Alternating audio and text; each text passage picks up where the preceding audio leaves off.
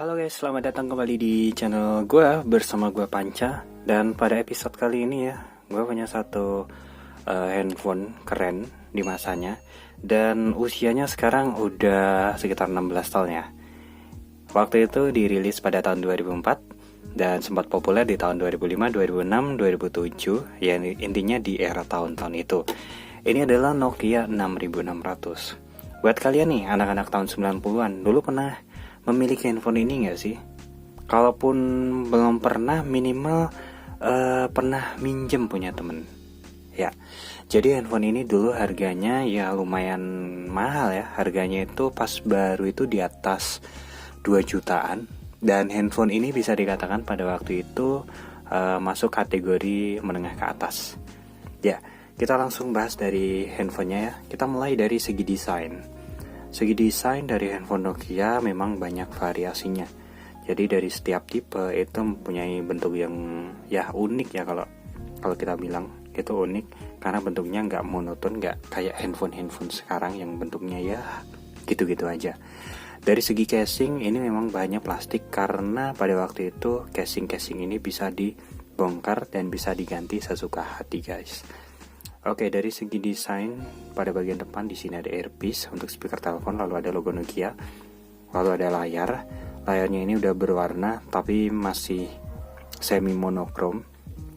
Jadi ketika di luar ruangan itu masih bisa kelihatan pas kondisi lampu layarnya mati. Kemudian kita lihat di bagian bawah di sini ada joystick atau analognya. Ini untuk menavigasikan item biasanya. Lalu di sini ada keypad. Keypad ini mengingatkan gua dulu pas SMA. Gua masih pakai handphone model kayak gini ya. SMA itu 2011. Dan waktu itu handphone ini pas dirilis tahun 2004 gue masih SD. Jadi dulu kalau untuk ngetik SMS itu kita nggak perlu lihat ya, nggak perlu lihat keypad itu, kita udah bener aja ngetik pesannya apa, tinggal kirim aja pakai tombol hijau di sini, udah kelar. Jadi kita di sini cuma baca inboxnya apa, isinya apa, lalu kita baca dan kita balas, udah gitu aja. Di tombol kanan kiri ini ada tombol untuk menutup panggilan, dan di tombol kiri tombol hijau ini untuk membuat panggilan atau untuk menerima panggilan. Lalu di bawahnya ada untuk tombol menu dan tombol option. Lalu di sini ada di bawah di sini ada tombol untuk hapus atau delete. Kita pindah ke bagian kanan, di sini nggak ada apa-apa. Pada bagian kiri di sini ada, kalian masih ingat mengirim file pakai infrared? Kalau masih ingat, ini adalah port untuk infrared. Kemudian di bawah di sini ada 3 lubang. Di sini ada lubang mikrofon, lalu ada lubang headset. Headsetnya itu ada yang kecil, model kecil kayak gini. Ini, model kecil. Kemudian ada lubang untuk charger. Lubangnya untuk charger ini ada agak gede, bulat gede. Jadi Nokia itu ada 2 versi, yang bulat kecil dan juga bulat gede. Lalu di sini ada untuk menempatkan strap atau gantungan seperti ini.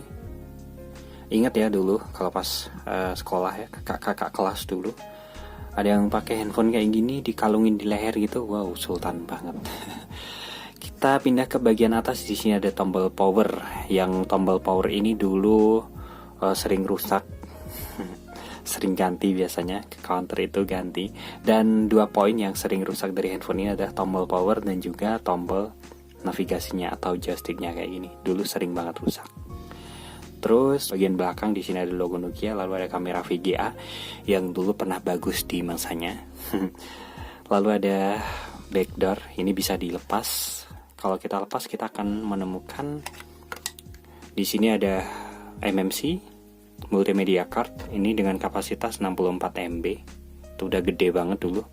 Udah bisa main game, udah bisa nyimpen MP3 dan juga bisa nyimpen foto. Dan 3GP.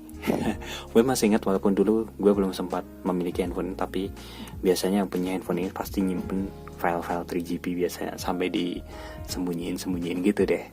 Lalu ini ada untuk kartu SIM. Ini yang model SIM utuh ya, regular SIM.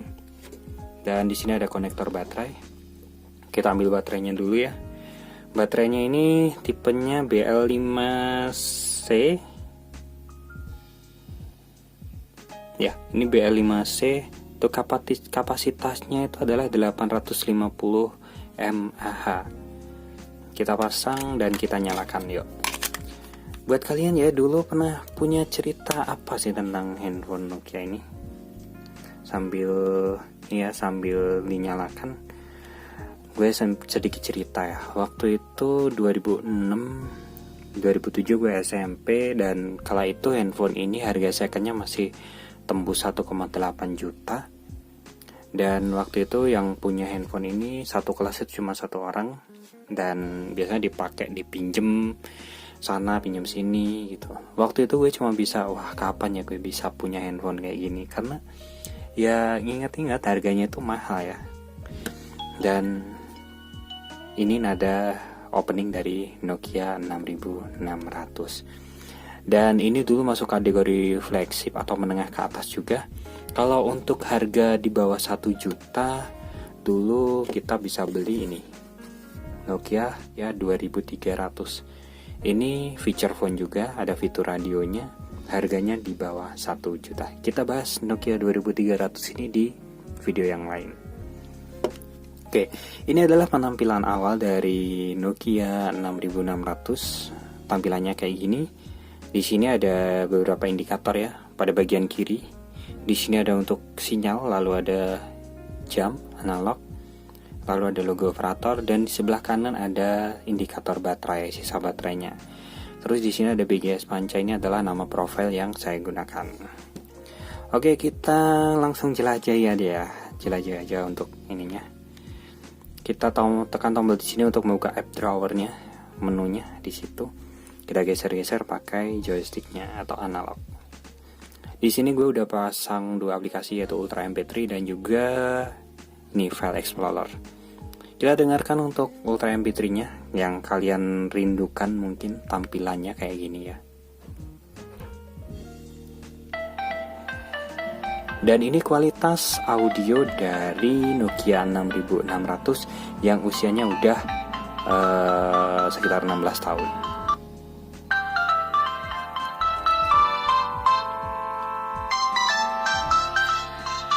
Oke, kita lanjut lagi. Kita buka di ini Explorer-nya kayak gini ya.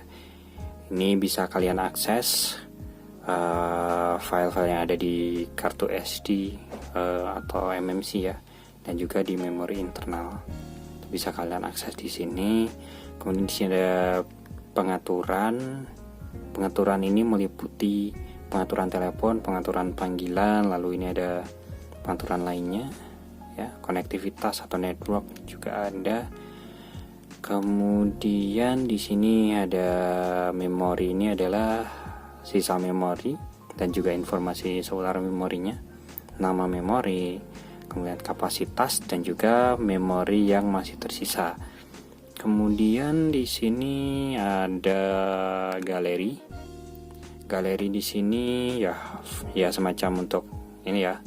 Jadi foto-foto yang kesimpan di sini tuh masuknya di galeri, bisa langsung diakses secara cepat. Lalu ada kamera VGA yang kualitasnya dulu pernah bagus sih. Coba tampil gambar Nokia 2300. Ya, hasilnya kayak gini. Terus apa lagi ya? Ada aplikasi, ada tema nih. Tema bisa untuk mengganti warna dan juga tampilannya kayak gini.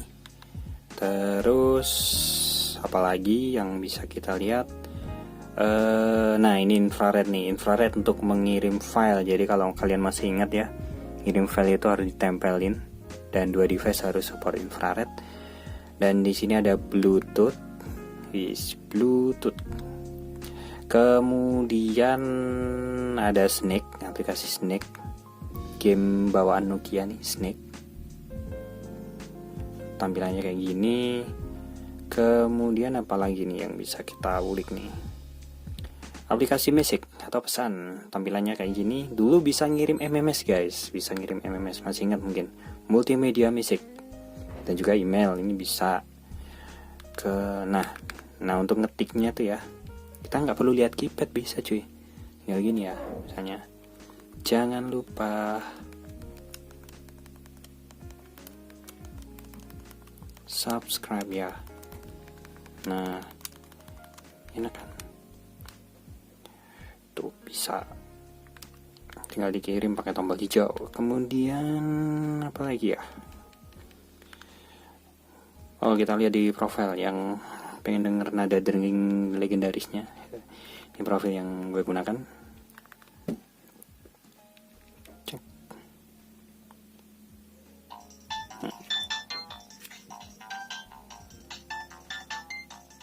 Ini nada dering yang dulu sering banget gue dengerin di TV.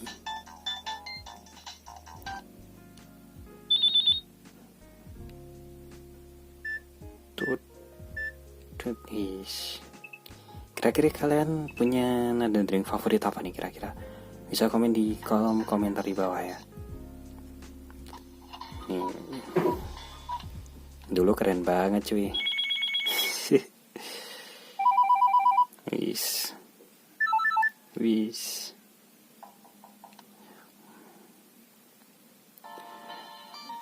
Oke. Wih. Pasti sering ya denger nada-nada kayak gini, dan ya bisa buat kita flashback kembali ke masa-masa indah dulu. Kira-kira kalian punya cerita apa bersama device ini? Jadi sekilas ini ya, informasikan secara singkat. Handphone ini dulu dirilis pada tahun 2004. Di akhir tahun 2004, kemudian mulai dipasarkan di tahun 2005 ke atas.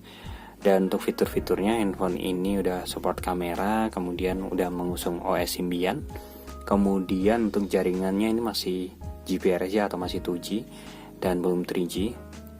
Kemudian handphone ini bisa digunakan untuk bermain game, support untuk aplikasi yang berbasis Symbian atau SES, dan juga berbasis Java atau JAR. Jadi untuk aplikasi-aplikasi tersebut bisa diinstal di sini, dan layanan-layanannya ini bisa support untuk MP3, bisa dikasih MMC maksimal hingga kalau nggak salah 512 MB atau 1 GB. Kurang lebih sekitar itu.